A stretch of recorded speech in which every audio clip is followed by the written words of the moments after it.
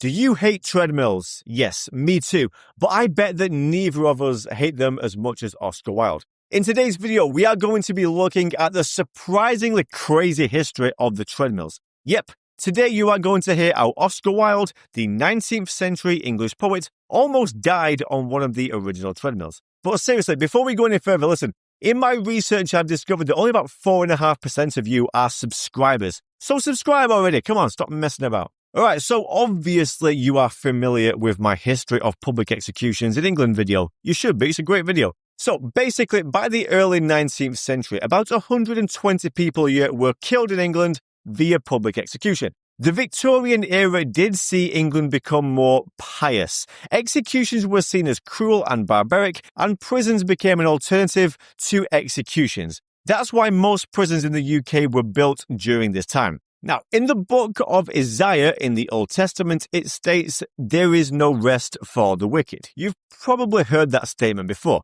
Sinners who go to hell get eternal torment for their sins. So, if never-ending torture was God's punishment, then we should do the same on earth, right?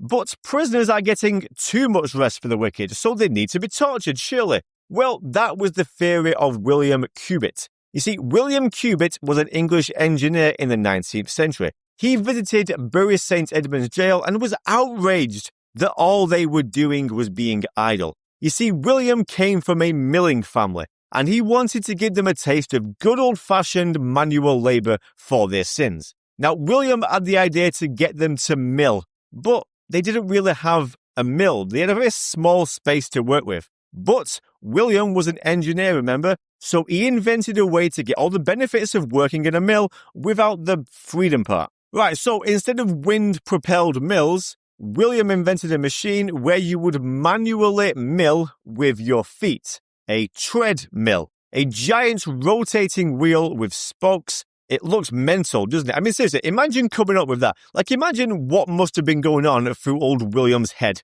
Now, isn't it weird that people actually pay for this today? Now, prisoners had it tough. We're talking 7 days a week, between 6 and 10 hours a day. Each day, prisoners would climb the equivalent of the Burj Khalifa 5 times. And they didn't exactly have a personal trainer cheering them on or a Spotify playlist to distract them, or even a nice view. I mean, seriously, this was their view. Furthermore, if you were doing hard labour in a 19th century English prison, your diet was, well, it was pretty grim, I'm not going to lie. It was basically bread and gruel.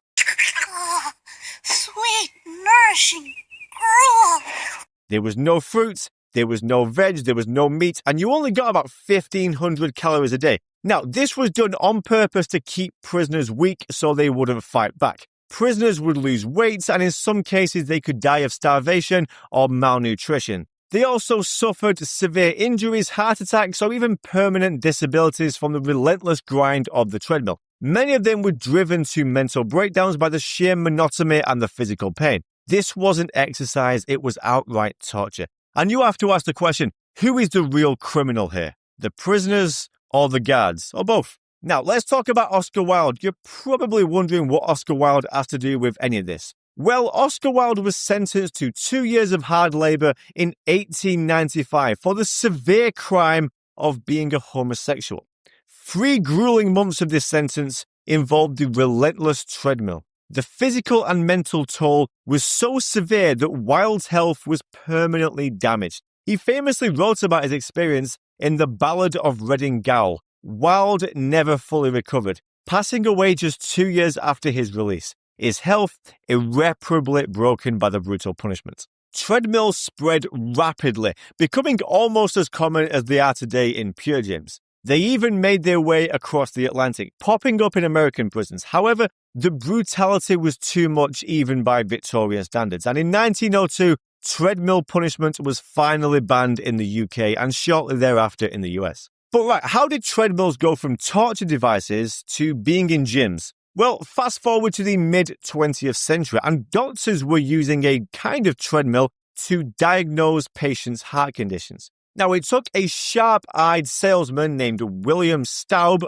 another William, in the 1960s to commercialize the modern treadmill for home exercises. Staub marketed it as the perfect solution for staying fit without having to leave your house. And just like that, treadmills went mainstream, becoming the most popular pieces of fitness equipment globally. Today, millions of people willingly step onto a device that was originally designed to torture prisoners. From punishment to pastime, the treadmill's journey is nothing short of truly bizarre. So, the next time that you are sweating it out on a treadmill, spare a thought for poor Oscar Wilde and the thousands of prisoners who didn't exactly have the option to hit the stop button. So what do you think? Leave a comment letting me know your thoughts. And while you're down there, don't forget to like and subscribe. Thank you for watching and have a great day.